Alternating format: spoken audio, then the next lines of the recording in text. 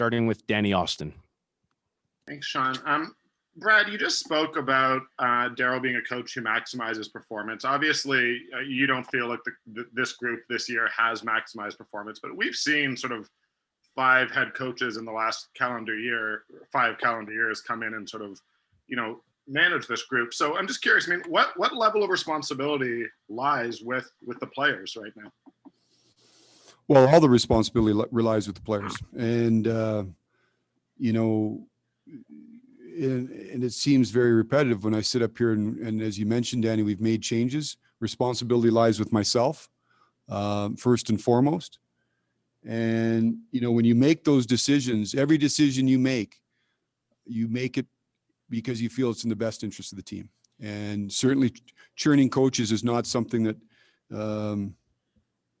leads to success. But the message to the players is the coach they've got now isn't going anywhere. And it's now on the players to perform. And we're in a unique time too, Danny. This is I don't put all this on Geoff. This is not something I'm laying at the feet of Geoff and Geoff alone. Unfortunately, when player movement is as difficult as it is right now, and you continue to look at every way to improve your team, and we'll continue to look at that. I just felt strongly over the course of the last little bit that our team was underperforming. It needed this change. This change was required, and not only was a change required, Darryl was required.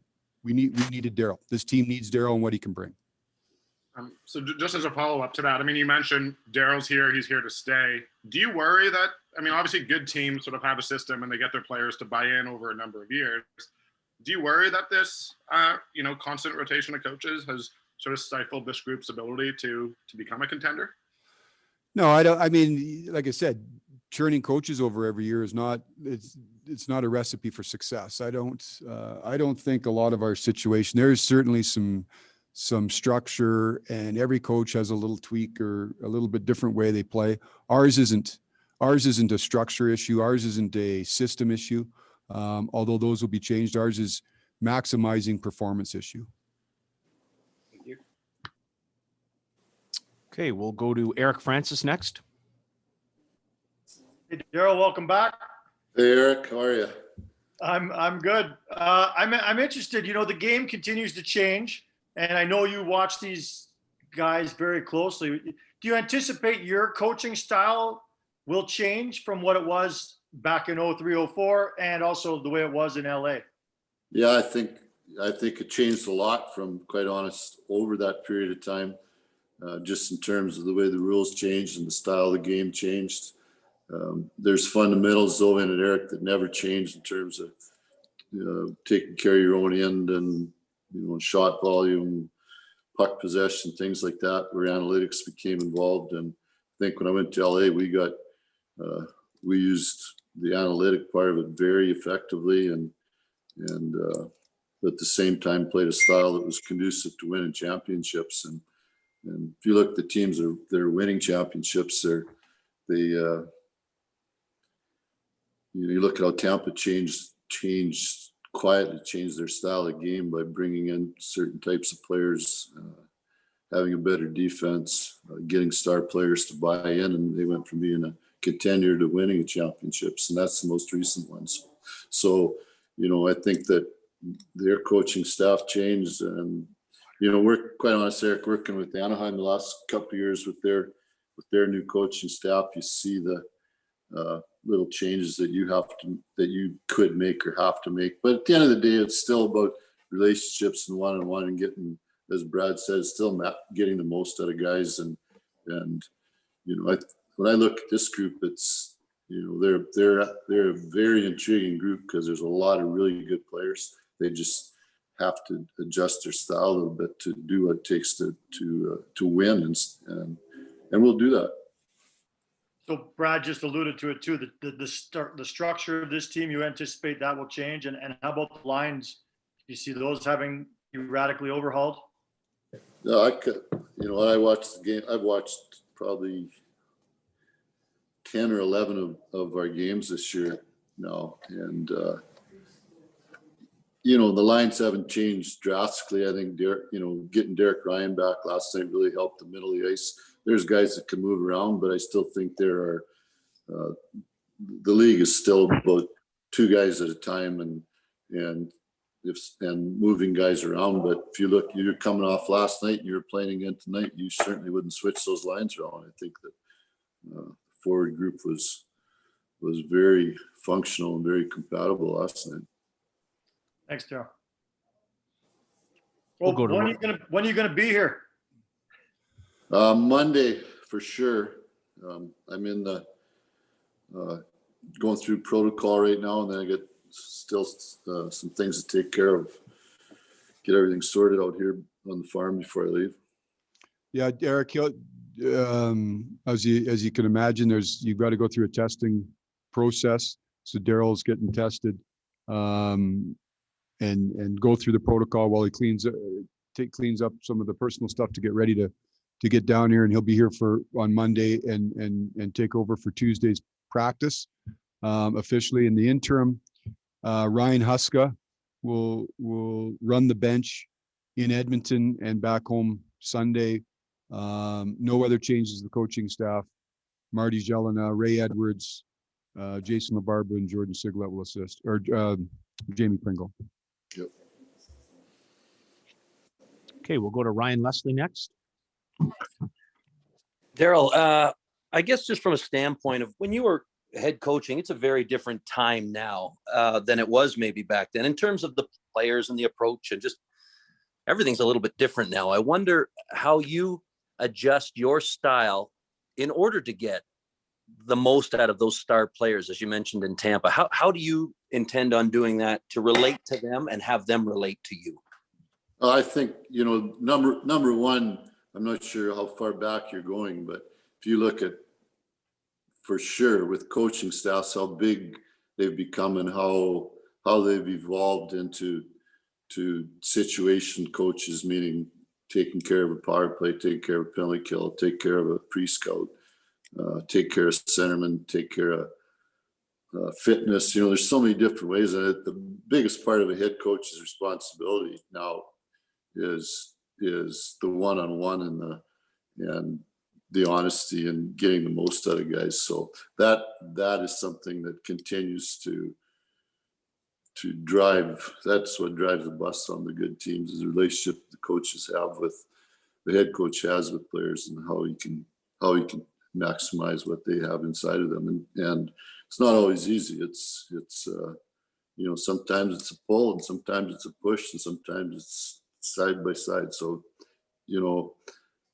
that part of the game hasn't changed. What has changed it, as I said, is the size of the staffs, the number of guys that you have to use to work with players.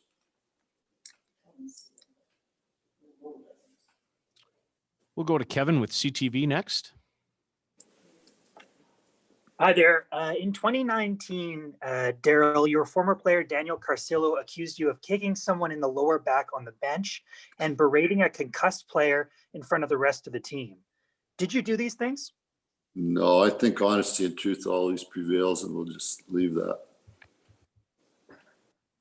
Okay, just as a follow-up, have you, I mean, you just answered this a little bit, but have you changed your approach for dealing with players? Do you think there's certain things that you would have said to a player 15 years ago that you wouldn't say to them now? I think players are younger, so I've got children. They're the same age as most of our players, and I have a lot of respect for them and what they're going through in their lives, and not so much on the ice as off the ice. And I've always had quite honestly, a great relationship with what's going on with players off the ice, and it's something that I feel really good about, is being able to help young players or help guys get through situations. We'll go to Jim Conlon next. Jim, you're the only one with a picture on. Yeah. Hi, Darryl. Darryl, I'm just wondering, have you been set a sort of short-term objectives for the remainder of the season? Well, we got to beat Edmonton tomorrow night and then beat Ottawa on Sunday night. I mean, your goals are very, very clear. You know, before you can talk about winning rounds in the playoffs, you got to be a playoff team. And the way this season's set up this year, you got to play playoff hockey every night, and that's the plan. And I suppose, Darryl, when you looked at this team, when you decided to take on this job, what elements of this team, this sort of franchise, that appealed to you the most? Well, I think there's a nucleus of 9 or 10 players that are really good players in the National Hockey League. And so from a coaching standpoint, that jumps out at you always. When you have a top goalie and you have 2 or 3 top defensemen and you're strong down the middle of the ice, you have the recipe for winning. So that's what appealed to me the most. Cheers. Best of luck, Darryl.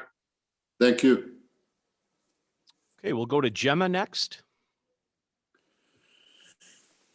Hi, gentlemen. Darryl, you said that there was 2 teams you would consider coming back to coach for. What was the other team? Well, I was drafted and basically played and coached and you know, we pretty much grew up in Chicago as youngsters. So, you know, those were always cities. That was a city that always appealed to me, and then obviously brought up Calgary, and that was a lot of it because of family and type of team too, and ownership. And, you know, something I've always went back to when I've talked about coaching or opportunities with other organizations. It always came back to ownership, and I've been blessed to only be involved with great ownership, starting with the Wirtz family in Chicago. And you know, obviously I was very close to Doc and Harley and Bud in Calgary here, and then Murray came on at the Allen and Mr. Livin. So it's like I have a debt to pay to them guys, and we're going to win a Stanley Cup for them. Great. And Brad, I want to go back to your opening remarks quickly. You talked about Walter Gretzky being a Canadian icon. I'm wondering if you can expand on what made him a Canadian icon, and if you have any particular memories of him that you'd like to share. Well, I just think he was, you know, Canada's hockey dad. You know, so visible. What always grabbed me every time I saw Walter was just the passion he had. Usually it was when you see him on the road in Phoenix, and big smile on his face and the passion he had for watching the game. I remember a real, probably the funniest story I ever had was I played with Keith Gretzky in the minors years and years ago, and we'd play in Erie, Pennsylvania, and Walter would drive up and have coffee with Keith before the games in Erie.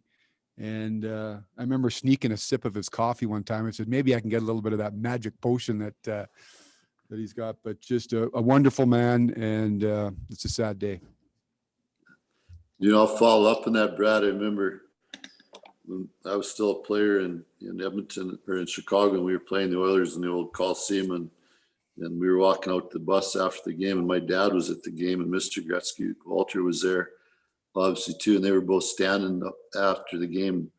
You could tell they were, you know, even though Wayne was Oilers and I was Chicago, they were talking about the game, and you could tell. I wish I had taken a picture, because there's something about they were like 2 old coaches standing there talking about the game. It was the coolest thing. Yeah. Thank you. We'll go to Mark Steven next. Yes, Darryl, good to see you back. Hey, Mark. Yeah, Darryl, I just wanted to ask, you're going to walk into that room. What's sort of the first thing you want to impart on these guys? Because they've been on such a roller coaster, tremendous games one day and then get blown out the next. It's not just losing by 1 or 2 goals. This is a real teeter-totter. Yeah, I think, you know what, Mark, we Zoomed with all the players already today in 2 different groups, and you know, the message is really clear. We're going to get this thing straightened out and get the most out of everybody, and everybody's looking forward to it and excited about it. And, you know, it's not so much when I walk through the room, think I tried to be clear this morning, and then I apologize for not being able to do it in front of them. But you know what? That's deep down. I believe it's a good hockey club, and Brad made moves in the off season after the bubble to bring in as good a goalie as there is in the NHL, and bring in a top defenseman, and bring in kids from organizations that from Boston, and that are the guys that are used to winning and want to win and have had success. So that's we just got to put it all together, and they got to do it as one instead of sometimes it's hard for young guys to get off track a little bit, and they want to do it as individuals, and we'll do it as a team, and then we'll be happy, and we're going to be happy doing it. There's nothing better than feeling good about it after you work your tails off and win. Good. Thank you. Look forward to seeing you in person, not via Zoom. Yeah. Okay, we'll go to Moses next. Hi, gentlemen. I just wanted to ask a question, one for each of you. We'll start with you, Brad. Just in regards to the contract that you're giving Darryl, there is a commitment there, and I'm wondering, with that commitment, this must have been something that didn't come spontaneously. How were the negotiations, and when did you finally come to the conclusion that he's your guy, from the timetable of, deposing of Geoff Ward to bringing in Darryl and committing to him for 3 years? And Darryl, my question for you is, would you have come to Calgary if it was on some kind of interim basis or no long-term commitment? I was not, if you want me to answer first, I was not either way. I just, I've been in a long time, and I know the coaching business it's a tough one, and it's the hardest job in that locker room. So, you want term, you want as long as you can go, but at the same time, that really wasn't important to me. It's not like I'm 35 and trying to start up a career. I can back it up, and the length was not an issue. No. And for me, Moses, without getting into too much deeper, this wasn't the first time I've reached out to Darryl. I've known Darryl. I've had a huge amount of respect for him for a long time. I've had a good relationship with Darryl for a long time. This time it lined up for everybody. And like I said, over the course of the last little while here, when you watch your team, your job as a manager is to take your cues from your team. And I just felt,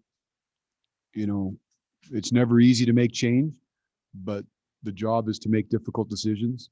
So I knew we had to make a change, and there's only one guy in mind that I knew that we needed to have. So it came together fairly quickly over the course of the last few days. Okay, we'll go to Wes Gilbertson next. Hey, just one question for each of you, if you don't mind. To start with, Brad, I'm just wondering, I think Darryl has this reputation in the city as like, hey, here's a tough guy, a demanding coach, and we've heard him talk so much about relationships today. Can you just speak to that balance and what kind of the whole package is that you believe you've brought in here? Well, I mean, let's get one thing straight. Being demanding and having expectations is not a bad thing. We're in a business, it's hard to win, and you need to extend people. You need to push, as Darryl said, push, sometimes pull, sometimes walk arm in arm. So I don't know if there's anyone that does it as well as Darryl does. But let's not mistake that. There's honesty, there's clarity. And Darryl is one of the best humans I've been around, in terms of, you know a lot of people in your life, and when you talk to them and they ask you how you are. Darryl's one of those guys, he actually means and wants to know how you are. So this is the guy who's got great depth, one of the sharpest minds, as I said, that stood behind a bench in our league, and has the ability to extract the very best out of each individual. And that's a skill. It's not easy, but the players will always know exactly where they stand. There'll be complete clarity. It will be black and white. And that's all you can ask as a player. You know, when maximum effort is required and asked, I don't think you're asking too much. Thanks, Brad. And Darryl, welcome back. Hey, Wes. For you, and I know I'm getting 5 steps ahead of you, but when you look at the prospect of what it's going to take to finish that business that you talk about, you know, what is it going to take to do that job here in Calgary?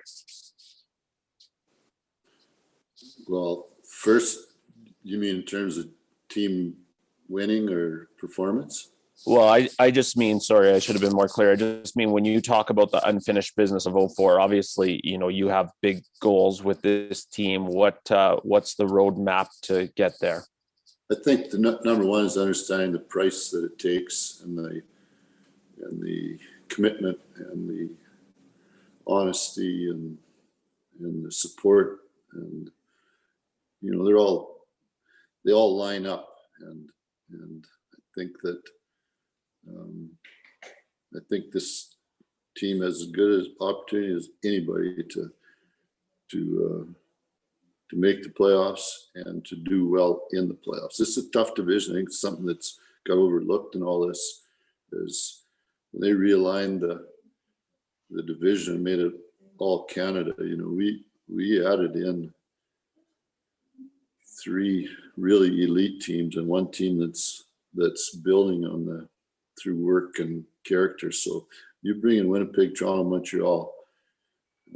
It's made it tough, and it's a challenge every night. So in order to become a playoff team, you're going to have to play playoff type hockey every night. And that's a challenge with the schedule. And I seen where Brad said that somewhere in the last day or two about, you know, your A game and your B game. Well, you can win a lot of nights in your B game if everybody's dug into it. But that's what we have to try and do here, and we will. We will do everything in our power to make that happen. We'll go to Solomon Valji next. Hey, this is for both of you. Initially, Brad, you've talked about the players, and this is now their 5th head coach for a few of them since 2015. At what point is it their responsibility to take ownership for how this franchise has sort of performed recently? And Darryl, do you look at the cycling through head coaches? Is that a bit of a red flag for you, or how do you perceive the number of coaches that have been here in the past few years? Go ahead, Brad. Okay, I'll take the first part. It's always on the player's responsibility. You know, and as I said, if you look at just recently, and I know this is over the course of the last year, it's difficult right now when you talk about there's different ways to shake up your team and improve your team. Obviously, player transactions is one of that. We're in a different environment right now, Salam, and you know, not that you continue to look at that avenue, but you know, you make a transaction with the quarantine rules, you're not getting immediate impact. But that's only this year. We've, as you said, we've gone through some good coaches here, but it's always on the players. But the unfortunate and difficult part of this business is you can't change entire rosters. And like I said, all those, when you've gone through it, you want stability. You need stability to have success. And when we've made changes, we felt it was, you're making decisions each time what you feel is in the best interest of the team. But it should be real clear that the coaching position in Calgary is going to be stable for some time here.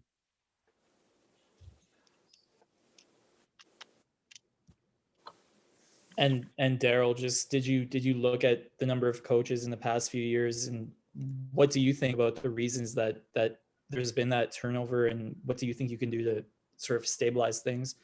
Well, I did not look at the number of coaches who've been here the last few years because it's quite honest, that's irrelevant to me. I think what's more important than that is there's probably, just off the top of my head, there's 5 or 6 players that have and really good players that started their career here and have been here through all those coaches. And what's important for them to know now is that, you know what, I'm here with them and I'm going to stick with them, and whoever works best for them is what I'm going to do. And you know, I've only been in, quite honest, in situations where I stayed, you know, I had 5 and 6 year deals, and that's how it worked. Was on the 5th or 6th year we thought we had a chance of winning, and that's how we built it, and that's what we did. This is obviously different, but the similarities are is that these kids grew up in the organization and they're really good players, and they don't need this turnover anymore. They just need some stability, and they need some leadership from that same coach for a long time. We'll go to Mark Wicker next. Darryl, how similar is this to the situation when you took over the Kings during that season? Well, the one that would be really clear is when I took over, they were neither one of us were in a playoff spot, and we fought like hell to make it. And you know, there's a lot of similarities with top players, and that team was probably a little bit more veteran at the time, but at the same time we had to get kids, young players in the right frame of mind, and they were star players and still are, to think about what it takes to win and to prepare and take care of yourself, all those things. And so that there are similarities, but at that time too, when I went to LA, you had 40 some games left, and so you had longer it was more of a process. I think here's different, where we have to try and speed that up as much as we can. And if you look at that, I'm just thinking back to out loud now, thinking about that team. You know, we went on and won the Stanley Cup, but we had to go through Brad's team in Arizona, and it just tells you how close everything is. They beat Chicago, who's the heavy favorite, so it allowed us to, a lot of ways, to win a championship, because we had a better chance against Arizona than we would have against Chicago. So it just tells you how close the league is, and how you got to max out your players, and how it takes everybody. Thank you. We'll go to Pete Labardius next. Hello, Darryl. Hello, Peter. How are you? How are you? I won't have to listen to you on the tractor every day now, feeding cows. Thank goodness. Thank goodness for you. Darryl, at the core root, if I think I've learned anything in dealing with you and even your brothers over the years, is work and family, and bringing both of those to the hockey teams that you have coached. Do you see it any different today than you ever have? And I guess second, Darryl, is that more challenging in 2021 than it might have been in the past? Yeah, it's probably more challenging this year than in the past, just because you're not allowed. With COVID, you're just not allowed to do as much, straight up with guys and face to face and all that. But it's still, it's still. I've always said my good fortune as a coach has been because I understand people, and it doesn't take long for me to figure that out. So it's not always just about the work part of it and family part of it. It's understanding, understanding the kids. Okay, we'll go to Darren Haynes. Hey, Darryl, have you seen a change in the blueprint for what it takes to win in the playoffs? If so, what is that blueprint today? And from what you've seen from Calgary, do you have the right pieces? Well, the blueprint for winning the playoffs is that number one, it's a marathon and you need lots of players and you need guys who are in for the paying full fare the whole way. And that is the blueprint. And, you know, series are, you know, most of them go 6-7 games and they're tough and hard. And to me, that's still the emphasis on winning. You can have, you have to have guys that are going to want to go the distance and dig in all the time. And so that is the blueprint to being a good playoff team. And I've seen it in lots of different ways. And I brought up before the defending champion. They had to learn how to do that, and they had to make some changes to do that. But in the end, they were the best at it. Okay, we'll go to Haley Salvian next. Speaking of a playoff blueprint, excuse me, Brad, how much does a move like bringing in Darryl signal that the aspirations of this team remain the same as the first Zoom calls that we were on 2 months ago? Yeah, it's a great point, Haley. We do have an expectation of the team, and you know, we think we have the ability to be a good team that's playing. We think we're a good team that's playing poorly right now, but as the old saying goes, you are what your record says you are. So, you know, as I said earlier, there should be a recognition of the urgency that's required. And make no mistake, our players understand. There's a belief in that group that this is a good group, but you know, it comes down to actions. And as I said, I felt strongly that this action was required and Darryl was required for us to maximize the group. But we feel, you know, we think we like our group, but you know, we need to change some things and get back on track. Okay, and the final question will go to Danny Austin. Darryl, we just heard you talk about this blueprint for winning Stanley Cups. The Flames have largely sort of had disappointments in the playoffs over the last couple of years. So how do you think this team fits that blueprint? What do you see that suggests that they have that blueprint available? Well, just going off the bubble playoffs this last season, when I talked about it being a marathon, and I believe Tampa or Dallas set the record for most playoff games ever played, and a lot of that was because of the extra teams in it. But if you just looked at the Flames, you know, they come in and win the first round, and it tells you about the marathon part of it. Guys get banged up and things happen, and then it looks like then it's over. And so it just tells you also about the importance of that whole group of being healthy and guys accepting roles and playing different minutes and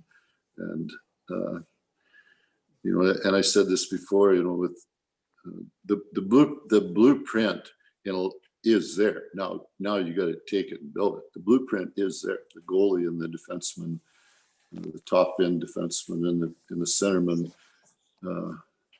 are there, and that's what it takes. You win the championships down the middle of the ice and the goalie on right down. So I believe that, and we'll build around that.